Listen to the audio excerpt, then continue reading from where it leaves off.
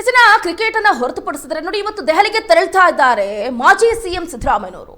High command ನಾಯಕರನ್ನ ಭೇಟಿಯಾಗಲಿದ್ದಾರೆ ಸಿದ್ದು. ಸಂಪುಟ ರಚನೆ ವರಿಷ್ಠರ ಜೊತೆ ಚರ್ಚೆಯನ್ನ ಮಾಡ್ತಾರೆ ಮಾಜಿ ಮುಖ್ಯಮಂತ್ರಿಗಳು.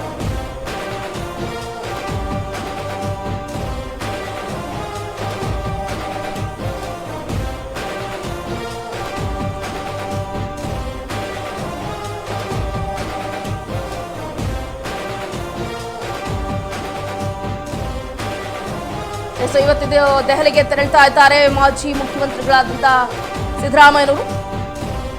ಹೈಕಮಾಂಡ್ ನಾಯಕರನ್ನ ಭೇಟಿಯಾಗಲಿದ್ದಾರೆ ಸಿದ್ದು.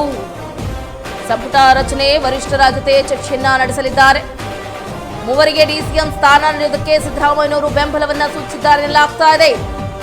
ಪರಮೇಶ್ವರ್, ಎಂಬಿ ಪಾಟೀಲ್, ಜಮೀರ್ ಡಿಸಿಎಂ ಮಾಡೋದಕ್ಕೆ ಒತ್ತಡವನ್ನ ಹೇರಿದ್ದಾರೆ ಸಿದ್ದರಾಮಯ್ಯ.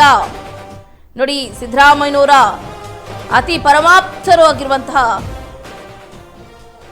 ಜಮೀರ್ ಅಹಮದ್ ಖಾನ್, ಡಾಕ್ಟರ್ ಜಿ ಪರಮೇಶ್ವರ್ ಸೇರಿದಂತೆ ಎಂಬಿ ಪಾಟೀಲ್ರಿಗೂ ಕೂಡ ಡಿಸಿಎಂ ಸ್ಥಾನ ಕೊಡಿ. ಇನ್ನ ಒಬ್ರು ಯಾರು ಅಂತಂದ್ರೆ ಅಫ್ಕೋರ್ಸ್ ಯತೀಂದ್ರ ಸಿದ್ದರಾಮಯ್ಯನವರು. ಬಟ್ ಇದನ್ನ ಮೆನ್ಷನ್ ಮಾಡಿಲ್ಲ. ಈ ಮೂವರಿಗೆ ಮಾತ್ರ ಡಿಸಿಎಂ ಸ್ಥಾನ ಕೊಡಿ ಅಂತ ಸಿದ್ದರಾಮಯ್ಯನವರು ಪ್ರೆಷರ್ ಹಾಕಿದ್ದಾರೆ. ಈಗಾಗಲೇ ಒಂದು ಕಡೆ ದೆಹಲಿಯ ಹೈಕಮಾಂಡ್ ನಾಯಕರೇ ಯತೀಂದ್ರ ಸಿದ್ದರಾಮಯ್ಯನವರಿಗೆ ನಾವು ಡಿಸಿಎಂ ಸ್ಥಾನ ಕೊಟ್ಬಿಡ್ತೀವಿ, ನೀವು ರಾಜ್ಯಸಭೆಗೆ ಬರಬಹುದು, ಕೇಂದ್ರದಲ್ಲಿ ಆಡಳಿತವನ್ನ ನಡೆಸಬಹುದು ಅಂತ ಹೇಳಿದ್ದಾರೆ. ಆದರೆ ಸಿದ್ದರಾಮಯ್ಯನವರು ಯಾಕೋ ಅದಕ್ಕೆಲ್ಲ ಸೊಪ್ಪು ಹಾಕ್ತಾ ಇಲ್ಲ.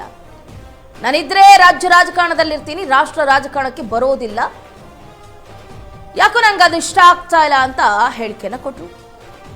ಅಷ್ಟೇ ಅಲ್ಲದೆ ಜಾತಿ ಸಮೀಕರಣದ ಕಾರಣ ಡಿಸಿಎಂ ಸ್ಥಾನ ನೀಡುವಂತೆ ಒತ್ತಡವನ್ನು ಕೂಡ ಹೇರಿದ್ದಾರೆ ಎನ್ನಲಾಗ್ತಾ ಇದೆ. ತಮ್ಮ ಬೆಂಬಲಿಗರ ಪರ ಹೈಕಮಾಂಡ್ನಲ್ಲಿ ಸಿದ್ದರಾಮಯ್ಯ ಬ್ಯಾಟಿಂಗ್ ಬೀಸಿದ್ದಾರೆ.